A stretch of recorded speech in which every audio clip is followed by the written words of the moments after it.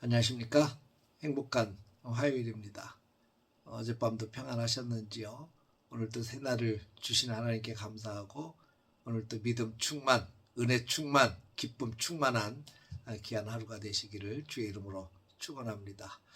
오늘은 누가복음 17장 11절 이하의 말씀을 통해서 예수님께 문제를 가지고 나오라라고 하는 주제로 함께 은혜를 나누도록 하겠습니다. 오늘 본문에는 10명의 나병 환자가 나옵니다. 나병이라는 것은 참 고통스러운 질병이죠.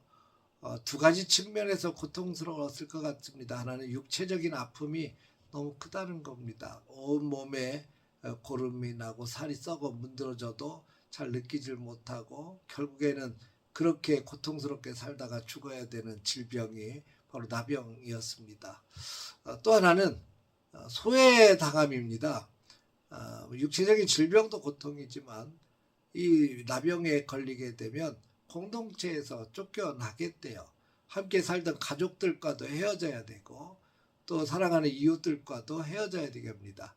이 공동체 속에 들어갈 수가 없어요. 그래서 나병 환자들끼리 따로 모여서 살게 되는 거죠. 이들을 향한 손가락질, 또 소외당함 이런 것들은 너무너무 고통스러웠을 겁니다. 그리고 소망이 없다는 것처럼 고통스러운 게 어디 있어요. 질병에 걸려도 나을 수 있을 것이라고 하는 믿음과 기대감, 소망이 우리로 하여금 힘을 얻게 하는데 이 소망이 없다고 하는 건 그들은 결국 절망 속에서 살 수밖에 없다는 얘기인데 참 안타까운 사람들이죠. 근데 이들에게 소망의 메시지가 들려집니다. 소문을 들었습니다.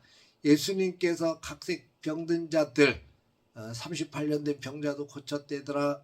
소경이 눈을 떴대더라. 앉은 뱅이가 일어났대더라. 수많은 질병들이 예수님 앞에 나와서 고침받았다는 소문을 듣습니다. 그러면서 그들에게도 기대감이 생겼어요. 인생의 변화인 거죠. 그들이 예수님께 나와왔습니다. 멀리 서서 가까이 다가가지는 못했어요. 왜냐하면 사람들이 예수님 곁에 늘 있었고 이 사람들이 모인 곳에 가면 사람들이 돌을 던져서 저 죽일 수도 있는 위험한 상황이기 때문에 멀리 서서 소리를 지르기 시작합니다. 우리를 불쌍히 여겨주소서. 예수 선생님이여 우리를 불쌍히 여겨주소서. 근데 예수님의 대답이 참 이상합니다. 이렇게 얘기합니다. 너희 몸을 가서 제사장에게 보이라 이렇게 말씀하셔요. 여러분 예수님께서 너희 몸을 제사장에게 가서 보이라 이렇게 말씀하셨을 때 이 나병 환자들은 여전히 나병이 몸에 있는 상황이었습니다. 그러니까 고침받은 사건이 바로 일어난 것이 아니라는 거죠.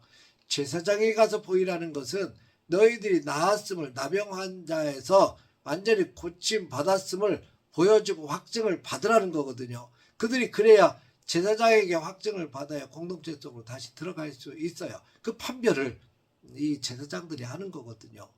제사장에게 가서 보이라고 했을 때는 고침을 받은 상황에서 가야 되는데 예수님은 아직도 고쳐지지 않은 그들의 몸을 제사장에게 가서 보이라는 겁니다.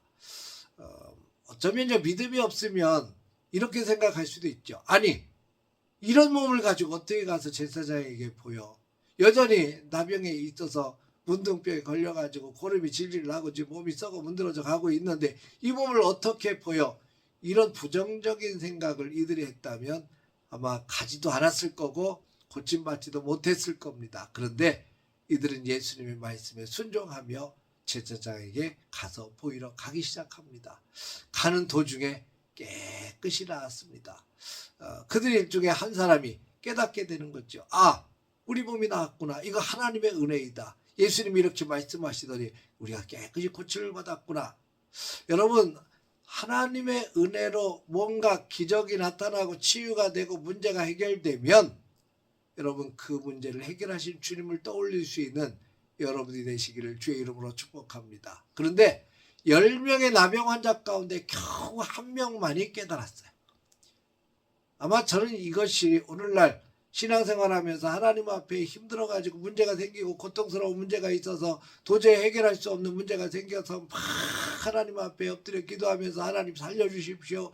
해결해 주십시오. 막 그렇게 울부짖다가 하나님의 은혜로 극적으로 문제가 해결이 되고 회복이 되고 뭔가 치유의 역사가 일어나고 이런 놀라운 일들이 일어나면 하나님의 은혜를 깨닫는 사람은 결국 10%밖에 되지 않는다는 거예요. 10명 중에 1명밖에 깨닫지 못한다는 것 같아요. 나머지 9은 무엇 합니까? 그냥 해결된 것만 좋아가지고 기뻐서 사람들에게 자랑하고 예수님의 은혜, 주님의 은혜입니다 라고 고백해야 되는데 그런 건 하나도 떠올리지 못하는 사람들이 90%라는 거예요. 여러분, 은혜는요 깨달아지고 고백되어져야 그게 힘이고 은혜이고 믿음인 거죠.